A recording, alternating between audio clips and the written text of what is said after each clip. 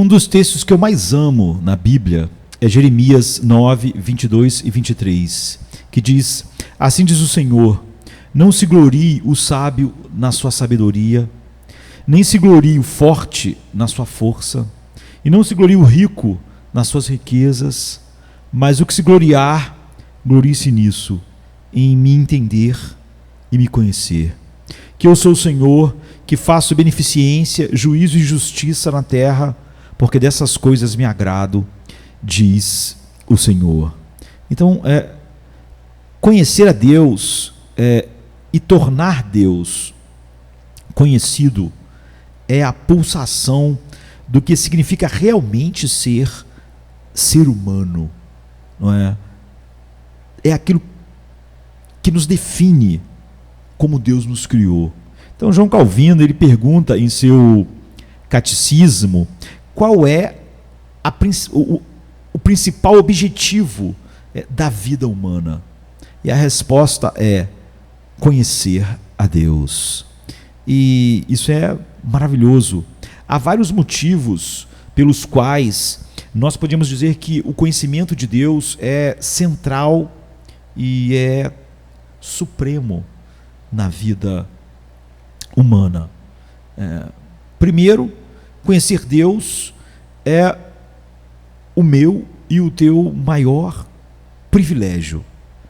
Frequentemente nós pensamos em alcançar sabedoria, poder, posição ou riqueza, e achamos que nossa vida então terá sentido e valor, e nós teremos mais autoestima e etc. É o que a cultura diz para nós.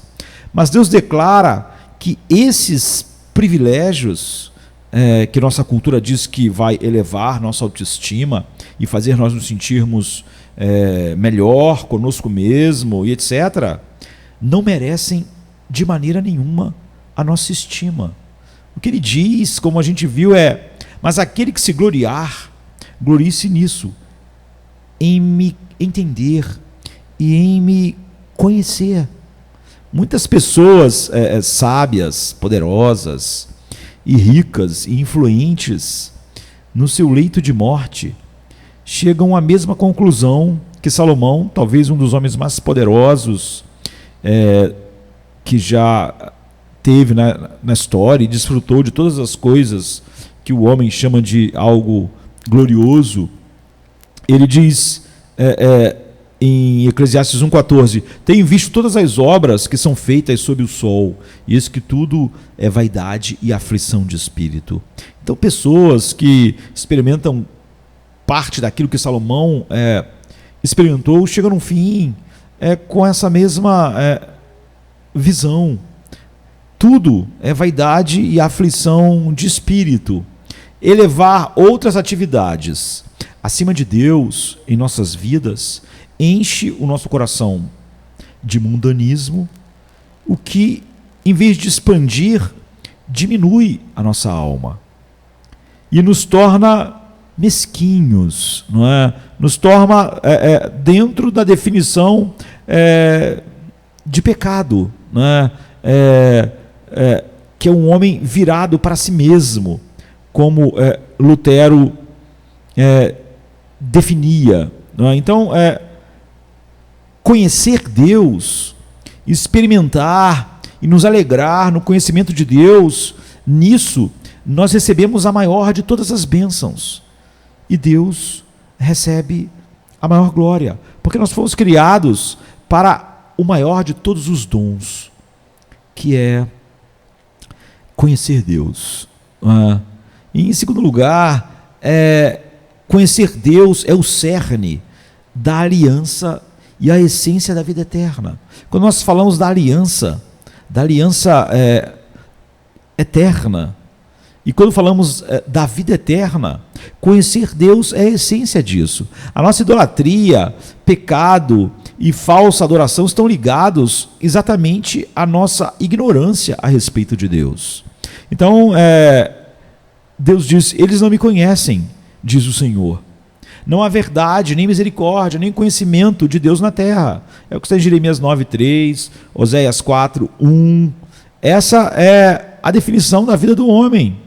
Mas em sua graça soberana, Deus anuncia: eis que vem dias, diz o Senhor, em que farei uma nova aliança com a casa de Israel. Está falando sobre a nova aliança, não é?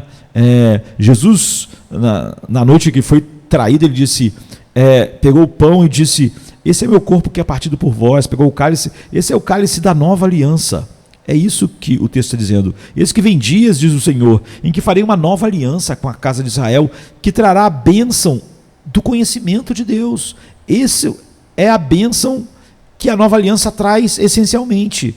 E ele diz: todos eles me conhecerão, do menor deles ao maior. Jeremias 31. Ou seja, essa é a bênção. Todos me conhecerão, todos os que estiverem dentro dessa nova aliança.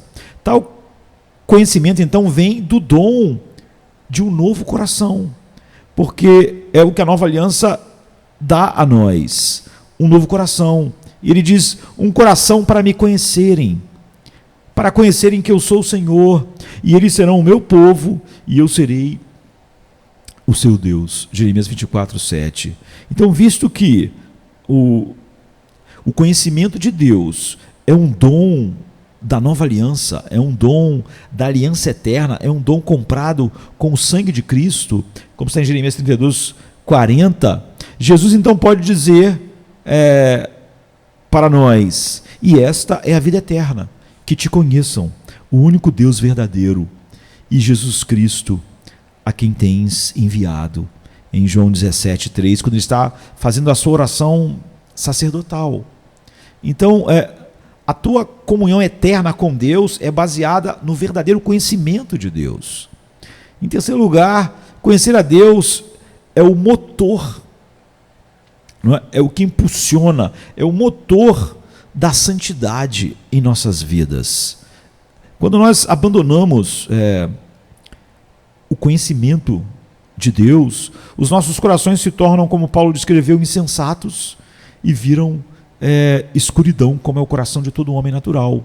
Visto que, Paulo diz, nós mudamos a verdade de Deus em mentira e adoramos e servimos a criatura no lugar do Criador, que é bendito para sempre, que é bendito eternamente, em Romanos 1:21-25. Então, a ignorância de Deus nos leva à idolatria, nos leva a buscar nas coisas aquilo que nós achamos que vai nos dar aquele senso de vida, de valor. Nós achamos que vai nos dar aquilo que a cultura diz enganosamente, vai nos dar autoestima e cabeça erguida, não é? Mas a ignorância de Deus nos leva à idolatria, que alimenta a injustiça e a imoralidade em nossas vidas e em nossa cultura. É o que Paulo diz, por exemplo, 1 Tessalonicenses 4:5, o que no Velho Testamento nós temos em Oséias 4:1-2. Então, frequentemente, o ponto crítico com nossos tempos de declínio espiritual é uma nova visão de Deus. É o que nós precisamos. Por exemplo, a Bíblia diz: então Jó respondeu ao Senhor: sei que podes fazer todas as coisas, e nenhum dos seus planos pode ser frustrado. Tu perguntaste: quem é este, não é, que obscurece o meu conselho sem conhecimento? Certo, Jó então diz a respeito dele mesmo, é que falei de coisas que eu não entendia, coisas tão maravilhosas que eu não poderia saber. Tu disseste: agora escute, e eu falarei. Vou fazer-lhe perguntas, e você me responderá. Meus ouvidos já tinham ouvido a teu respeito, mas agora os meus olhos te viram. Por isso, menosprezo a mim mesmo e me arrependo no pó e na cinza. Jó 42, do 1 em diante. Então, o crescimento que Deus nos dá em graça, e o crescimento que Deus nos dá em paz, e todas as coisas que dizem respeito à vida e à piedade, como Pedro diz, vem pelo conhecimento de Deus e de Jesus nosso Senhor, daquele que nos chamou à glória e à virtude. 2 Pedro 1:2. Então, ideias falsas sobre Deus levam a uma espiritualidade superficial que imita o mundo, mas o verdadeiro conhecimento de Deus, trazido a nós pelas promessas grandíssimas e preciosas de Deus, produz em nós, o apóstolo Pedro diz, piedade profunda, significativa e capacitada pelo Espírito para vivermos, desfrutarmos Deus e expressarmos isso para o mundo, como ele diz em 2 Pedro 1, verso 4. Então, conhecer a Deus, portanto, é a prioridade central da nossa vida, e é a prioridade central da tua vida, da minha vida. Para Paulo, todas as honras e privilégios deste mundo são apenas esterco, não é? É cocô em comparação com o que ele diz, com a excelência do conhecimento de Cristo Jesus, meu Senhor. Filipenses 3,8. Ele não está falando, quando fala isso, que em comparação ao conhecimento de Cristo, o pecado é assim. Não, ele está falando sobre as maiores honras e os maiores privilégios do mundo.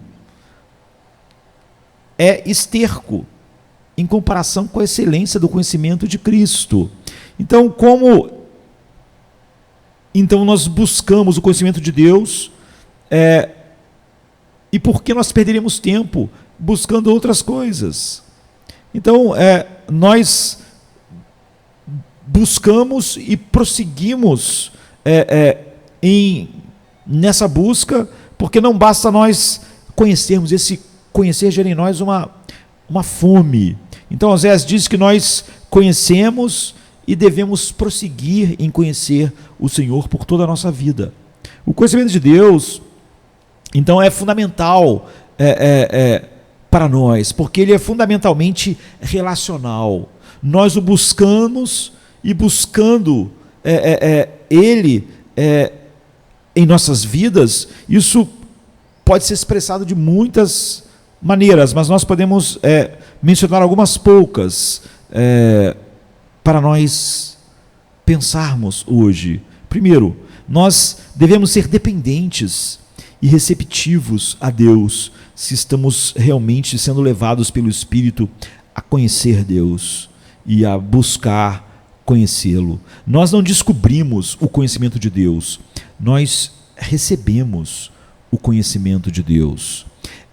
Nós não pensamos profundamente até alcançarmos Deus. Deus deve se revelar a nós por sua própria iniciativa, pela sua palavra, como Mateus 11, 27 mostra para nós. E muitas vezes nós, infelizmente, podemos ser como alguns teólogos que evocam pensamentos profundos sobre Deus, que são apenas um produto da sua própria imaginação.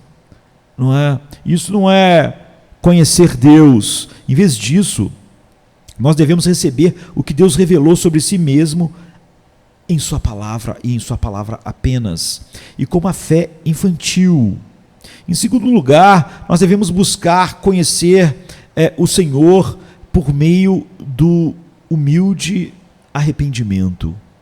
Deus é Deus, e conhecer Deus corretamente é temer a Deus. É o que Provérbios 2, 5, 9 e 10 diz.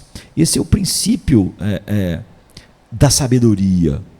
Então, no temor de Deus, nós devemos, é óbvio, odiar o pecado e nos afastar dele, como Jó 28, 28 diz.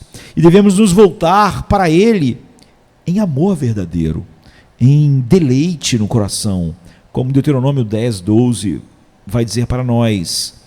E sem nos conhecer em nossa pecaminosidade e necessidade imensa, nós não podemos conhecer a Deus em sua santidade e graça. Essas coisas devem andar juntas.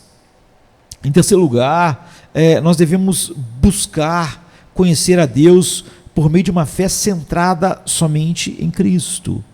Porque Jesus declarou ser o caminho, a verdade e a vida. Só Ele pode tornar Deus conhecido para nós.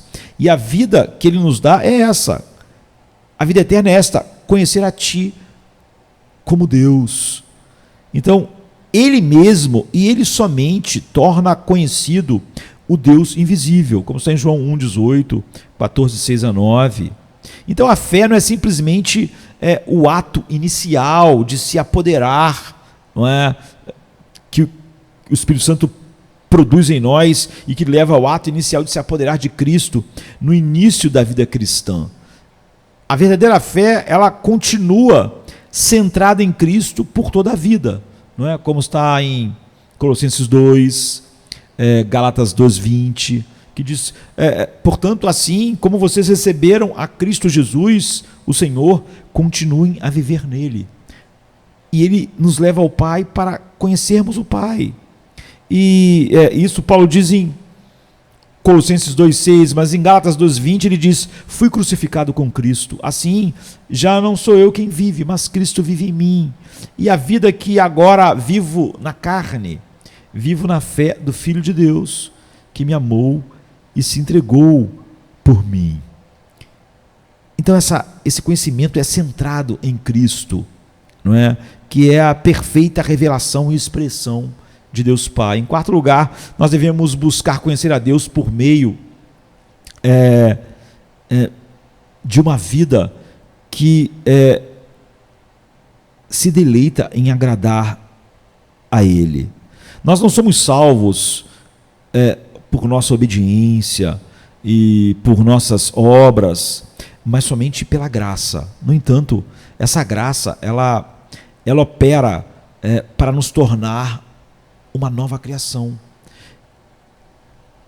Somos criados de novo em Jesus Cristo para as boas obras, as quais Deus antes ordenou que andássemos nelas. É o que o apóstolo Paulo diz em Efésios 2:8 em diante. Isso significa que nós devemos nos tornar ouvintes praticantes da palavra, como Tiago expressa em Tiago 1:22.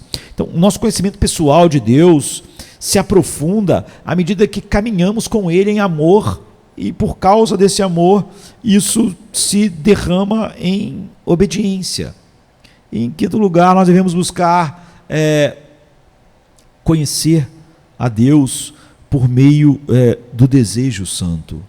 Nós devemos tratar o conhecimento de Deus como muito mais do que útil. Nós não buscamos conhecer Deus porque vai ser útil para a nossa vida, útil para o nosso trabalho, útil para criar nossos filhos, útil para o casamento, enfim, nós não devemos tratar o conhecimento de Deus como útil, mas muito mais do que isso. Nós devemos considerá-lo supremamente belo e desejável, e isso é que deve nos atrair o próprio Deus. Davi diz no Salmo 27, uma coisa pedi ao Senhor e a buscarei, que eu possa viver na casa do Senhor todos os dias da minha vida, para contemplar a sua formosura, em algumas versões a sua bondade, e buscar sua orientação na sua casa. Então você vê como conhecer Deus envolve todas essas coisas.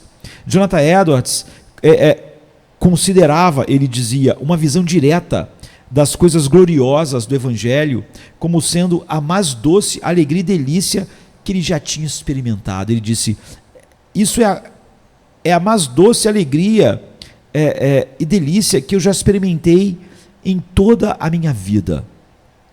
Então, qual deve ser a oração mais contínua em nossa vida, que expressa verdadeiramente um coração que conhece Deus e prossegue conhecendo Deus em Cristo, e isso se torna então o motor da santidade em nossas vidas? A oração deve ser a oração de Moisés, a oração mais contínua em nossas vidas. É a oração que ele faz em Êxodo 33, verso 18. Ele diz, Senhor, mostra-me a tua glória.